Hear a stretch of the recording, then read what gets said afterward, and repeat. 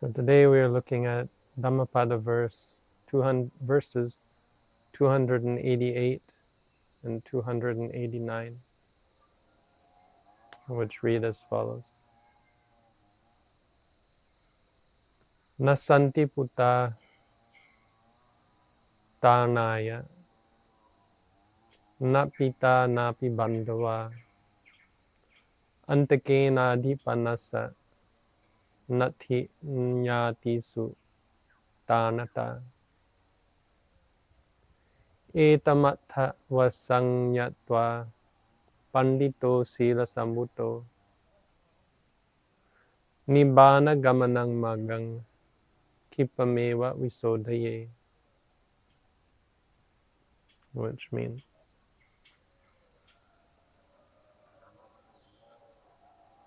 children are not a protection.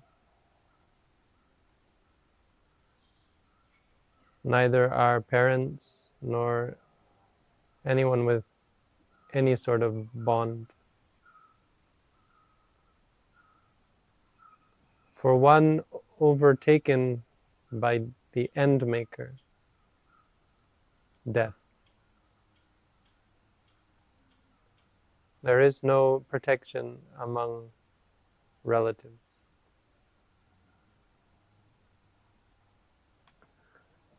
Knowing the importance of this matter, one who is wise, possessing of virtue,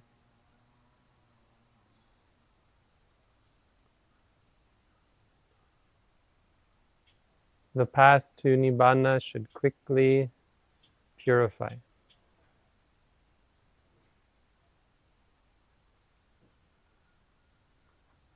So these verses were apparently taught also to Patachara.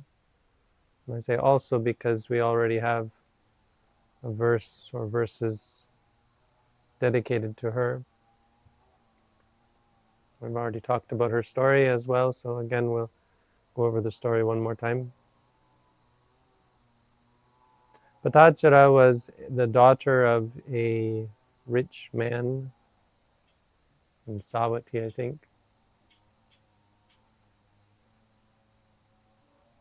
And lived a sheltered life. Her parents kept her away from the world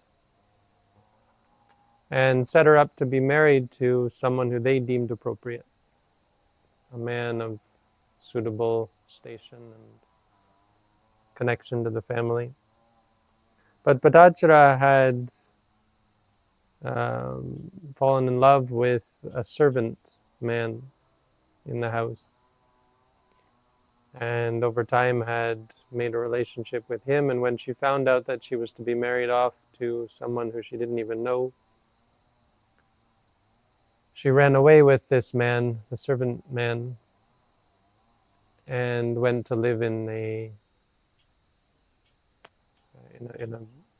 much less wealthy place, a hamlet or a hovel or some sort of simple dwelling, and lived peacefully there for some time.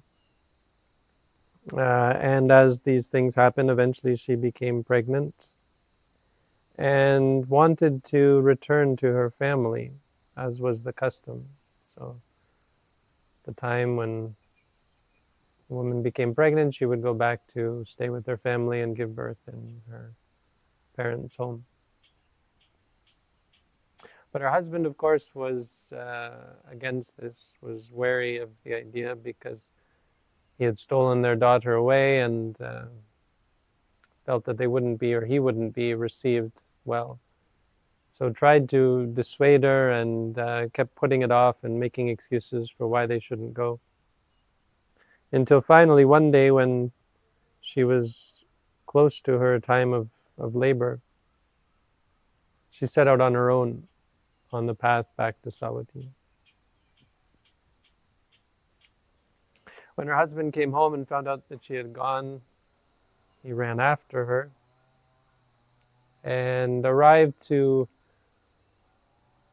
to meet up with, to catch up with her, just as she was going into labor.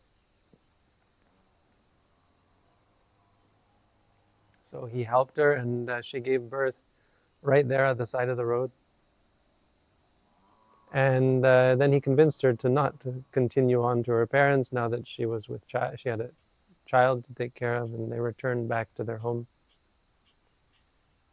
and lived together for another 2 years or so, until the young child was at an age of being able to walk, a toddler. At which point she became pregnant again, and again wanted to set out to stay with her parents. And again her husband made excuses and declined to agree to go with her, and eventually again, with her young toddler in tow, set off to her parents' home on her own. And again she was very close to the time of giving birth. And again her husband caught up with her, and again caught up with her just as she was going into labor. So again he did what he could to help her, but this time there was a big storm. And so he rushed around trying to, as the rain began to pour down, he rushed around trying to collect whatever he could to make a shelter, branches, leaves, whatever,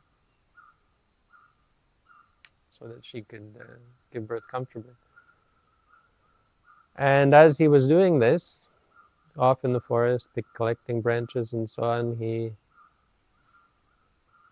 ran into a snake, a deadly venomous snake, got bitten and died immediately, off in the jungle, the forest. Meanwhile, Patachara was squatting in the mud, gave birth, the rain pouring down, huddling with her infant child. Did what she could to collect the second child and huddle together in the rain until the storm passed. At which point she picked them both up and cleaned themselves up and went off to find her husband. When she found her husband's body, she was of course devastated, and this time had no home to return back to with her husband gone. So decided that the best thing for her to do was to continue on to her parents' home, crying and mourning the loss of her husband. So she took the 2 children on the way to Savatthi, got close to the city, and came to a river near the city, I guess. And we remember the story of the merchant and the river. After a storm, this river is very difficult to cross. And so she figured that the best way for her to cross was to leave the toddler by the side of the river and cross with the newborn baby clutched to her chest. Which she did, crossed the river, got to the other side of the river and laid the newborn baby on the side of the bank of the river. And then turned around and waded back through the river to get the toddler, who was sitting, waiting patiently by the side of on the bank. She got halfway back across the river and turned around to just check on her baby as she was crossing, and was just in time to see a large bird of prey eyeing up the newborn baby, swoop down, pick it up, and fly off with it. Immediately she screamed and yelled, was completely devastated, completely overtaken by fear and shock. and yelled loudly to try and somehow get the bird to drop her child. Of course, the bird didn't heed her and flew off with the baby to parts unknown. But at the same time, the toddler on the other side of the river, here she is halfway in the river, so on the other side of the river, heard her mother yelling, making loud noises, heard his mother yelling and making loud noises, and thought she was calling him. Stood up and walked into the river. Got a few feet into the river and was swept off of his feet and carried down the river to, again, parts unknown. To drown, I suppose.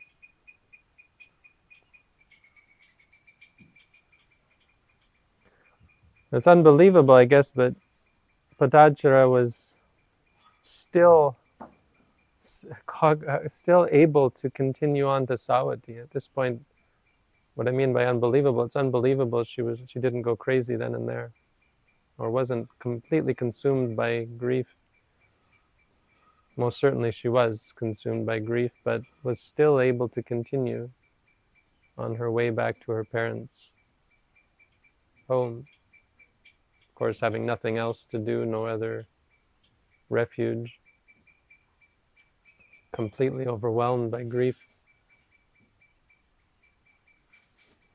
So she plodded her way into the city, back to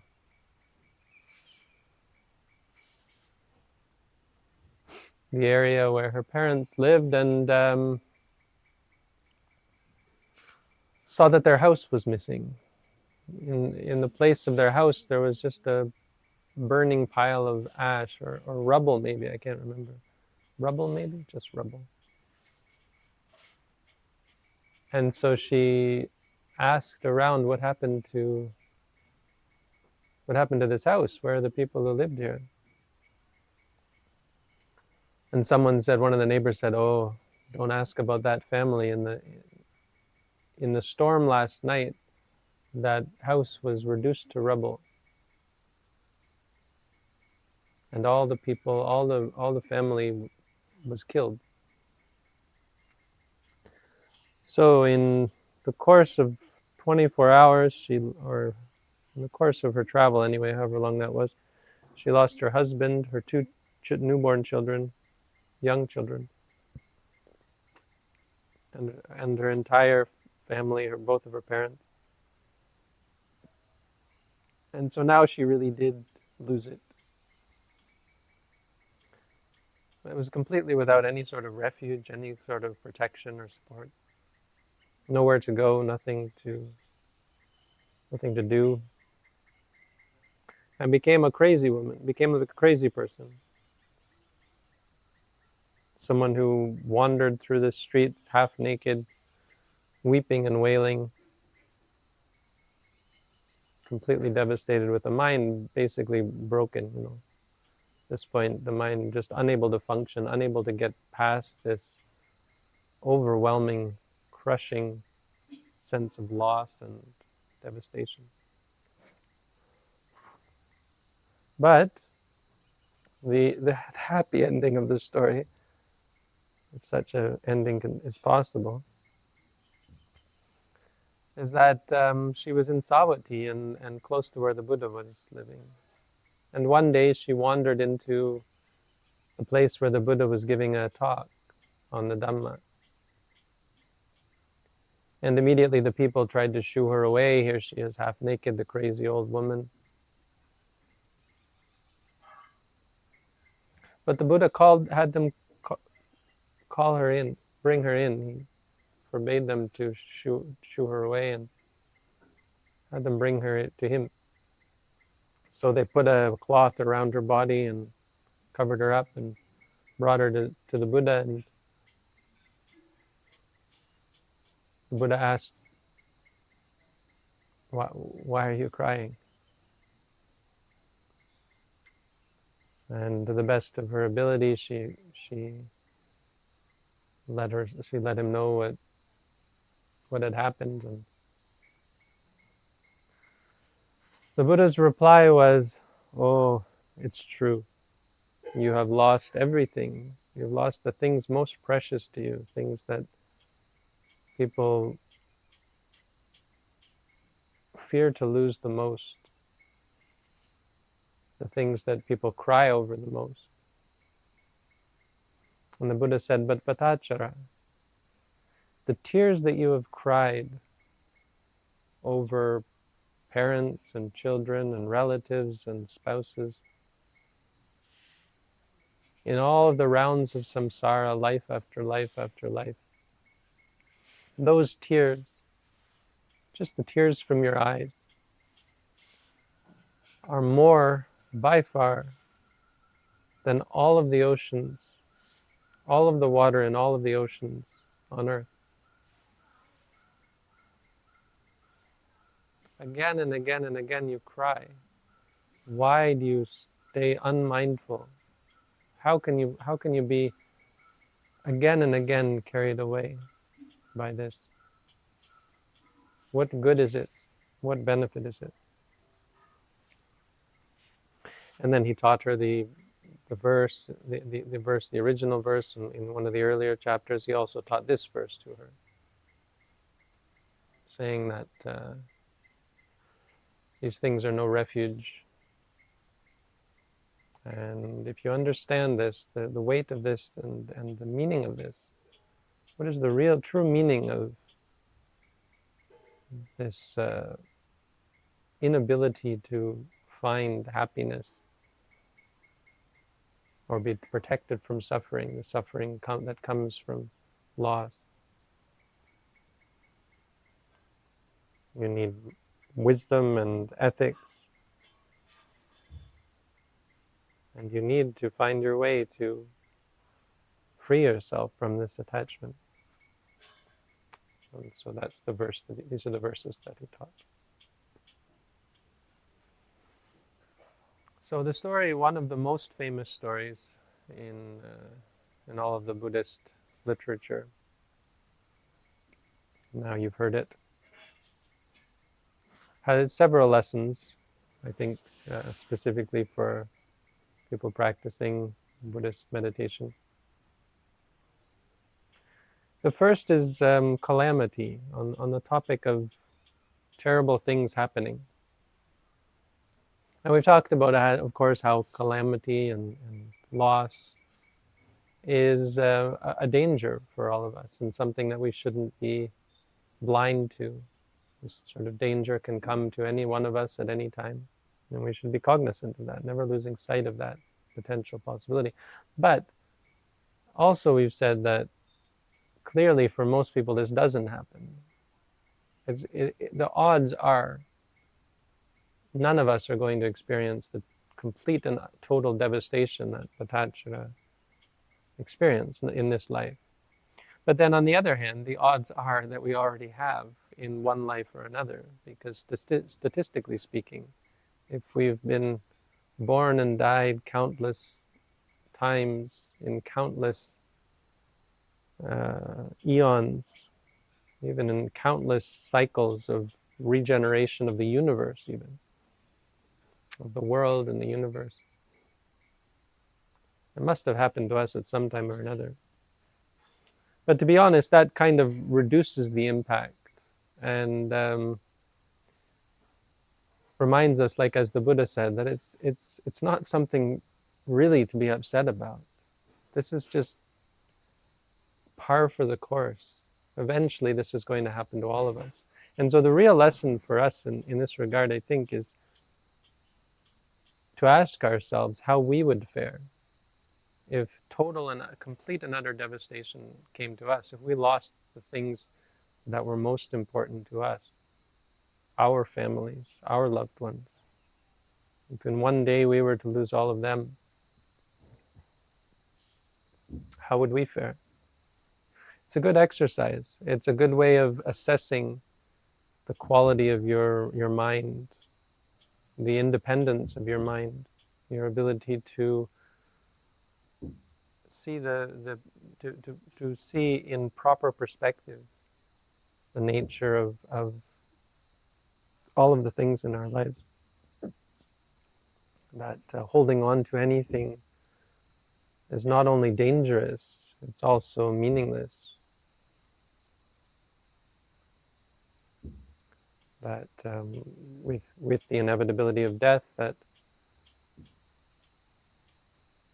there's really no potential value or gain or ultimate meaning behind this besides the pleasure and pain that comes from getting what we want and then not losing what we like.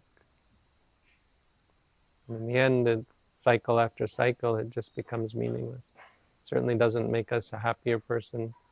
Overall, it certainly doesn't bring us true peace or freedom from suffering. The second lesson, something of note, is the power of grief, the power of the emotions that are triggered as a result of loss. And this is another real danger that we have to keep track of. When you lose something, when you gain something you don't want, or when you cultivate great addiction to anything, the emotions that arise blind us. So Patachara's sadness blinded her, made it impossible for her to even think clearly. Now, what I didn't say is, as a result of the Buddha's teaching, Patachara was able to begin to think clearly. And this is the other lesson from the story, is that, well, there is a great power to grief. There's the power to consume our minds and prevent us from being mindful. On the other hand, mindfulness has the power, if employed, has the power, the great and magical almost power, to free us from sorrow, free us from grief, free us from pain and suffering. So as a result of the Buddha's teaching, Patachara was able to regain her senses and acknowledge this is real. Whatever you might say about it being unfair or unjust, wrong, bad, a much better thing to say about it is it's true. It did happen. When and if such a thing happens to you, the only thing you can really say is it happened. And that's the great attitude, and very much in line with the practice of mindfulness. It happened. This is happening, this happened, this will happen. That's all we can say about anything. If it's in the past, it happened. If it's in the future, it will happen. If it's in the present, it's happening. Once we start to say more, that's where the trouble comes.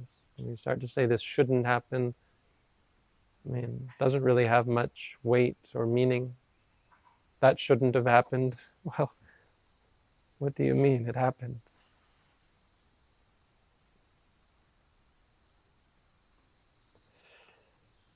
So as a result, Patachara was able to gain perspective and eventually became a bhikkhuni, ordained under the Buddha's teaching, and became an arahant. She became the most notable of all the Buddha's disciples in regards to the Vinaya, all of his female disciples anyway.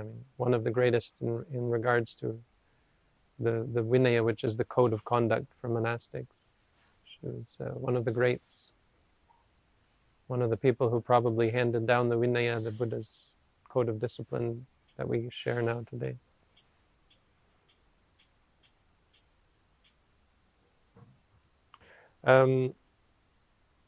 So that's basically, those are the lessons from the story. In regards to the verse, let's just go through some of the words that are harder to understand. Bandhavā means those who have any kind of bond. So the Buddha says children, or it's literally sons, but puttā can be children. Children are not a refuge. Many people put their whole life, their whole identity, as we've said before, into their children, like with Kisa Gotami in the last story. Patachara was the same, most likely, became very much invested in the lives of her children, or her child. Other child she didn't have much time with, but having a child for 9 months in your womb certainly gives you a strong sense of attachment.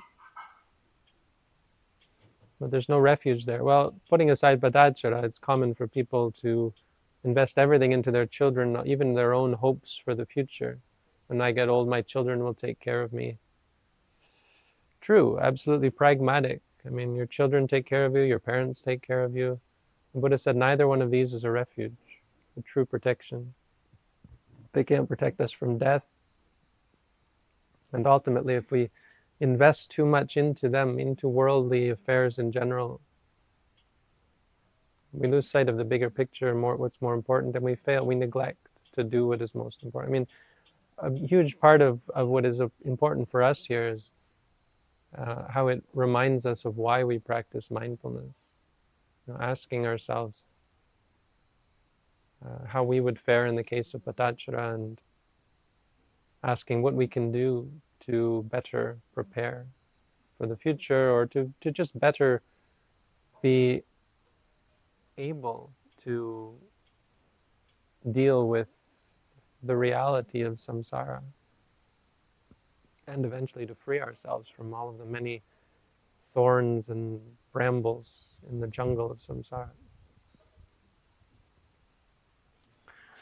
Antaka means the Endmaker, which is just another name for death, because death puts an end to everything. Antaka. So the first verse, as others have, reminds us of the inevitability of death, and how there is no refuge from death, and how regardless of what great benefit comes from having strong relations, bandhavā bandhavā means anyone with any kind of bond, could be our spouses or relatives of any kind. Anyone, no matter what we put into such relationships and how much we get out of those relationships, in the end, they too pass, they too fade away, and they don't constitute the essence of our strength and our true refuge. And the only true refuge is our own strength, our own power of mind, our own greatness of mind. And so this is what the second verse addresses. So someone who understands that worldly affairs are transient and can never really truly be a source for peace, happiness, freedom from suffering. They're unstable, they're unreliable, they're ephemeral, they pass. They end up being meaningless. We attach so much importance on family, for example. I mean, most people will tell you that there's no greater attachment than one's family. And they take pride in that, and are very much seeing that as a positive thing.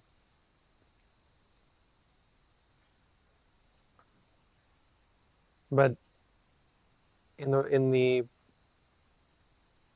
the perspective of samsara, the rounds of samsara, it really becomes quite insignificant. As we said before, like 100 years is nothing. It's just a blink of the eye. And furthermore, how many families have we had? Really, the Buddha remarked that probably we've been family with every single individual on earth right now. None of them are more special than the others. It's not to say they're less special. I mean, it's a great reason for being friendly with everyone. Remembering that we're all a family. And lifetime after lifetime, we just play musical chairs. And when we put so much importance on certain individuals, I mean, it's just flies in the face of truth, of reality. So the second verse says, when you understand this, someone who is wise, paṇḍito, and sīlasaṃvuto, one who is virtuous. So these two qualities, the Buddha points out, one who has these two qualities should purify the path to Nibbana, is how he puts it. So what does this mean? Normally we think of wisdom as the end of the path, which it is. True wisdom is the result of the path. I mean, it's what leads to letting go. You let go because you understand nothing is worth clinging to, and that's the last moment before the attainment of Nibbana. So that really is the path itself. It's the real and true moment of path consciousness. But paṇḍita is a little bit more of a connotation of worldly wisdom. It means sort of the preparatory wisdom, a person who is conventionally wise, a person who understands things like life is uncertain, our family, our relatives, everything we hold on to is uncertain. We'll have to be separated from them all. The only thing that is truly certain is death. This sort of wisdom.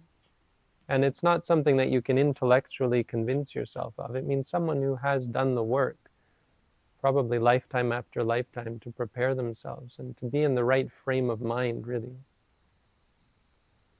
Be in the right frame of mind to see the importance of the cultivation of mindfulness, the cultivation of spirituality, even just the cultivation of ethics. Because ethics are the true base ethics, where you have proper behavior of speech and body, where you have collected your mind to the point where you're able to focus. You notice the Buddha doesn't mention concentration. He says wisdom, ethics. The third training that he doesn't mention is concentration, but really concentration is what we normally associate with or refer to as the path. So all of our path of practice, when we practice mindfulness, this is the path of concentration. So before that, for someone who is going to prepare for that, first they need the wisdom to understand this is worth doing. This is definitely something that I should put my whole heart into and work to cultivate. And ethics to straighten the mind out, to keep the mind able to focus. A person who kills, steals, cheats, lies, takes drugs and alcohol, in no way is capable of ever focusing their mind and cultivating the concentration required to see clearly. So having these two, someone who has these two and is able to focus their mind to the point where they see the importance of it, should dedicate themselves to the cultivation of the path that leads to Nibbana, which is wisdom. The wisdom to see that nothing is worth clinging to, that clinging is just a cause of further suffering and stress. And thereby to let go. And with letting go, to realize and experience Nibbana, cessation of suffering. So, valuable teachings, not too difficult to understand. Again, I think the real lesson for us is in acknowledging the inevitability of loss and calamity, to ask ourselves whether we're ready for such calamity, and more importantly, to put in perspective all of the things that could possibly devastate us and realize that it's not worth it, and it's a wretched state to be so vulnerable for such meaningless things. Things that we take to be so important and so meaningful. The lesson is to see that for the most part they're not very meaningful at all. Gain that perspective and to free ourselves to focus on what's truly important. The cultivation of ethics, the cultivation of concentration, and ultimately the cultivation of wisdom. Cultivation of the path that leads to Nibbana. So, a valuable story, a memorable story certainly, and a valuable lesson about how in the end none of the things we cling to are truly going to meaningfully bring us true happiness. So that's the Dhamma for today. Thank you all for listening.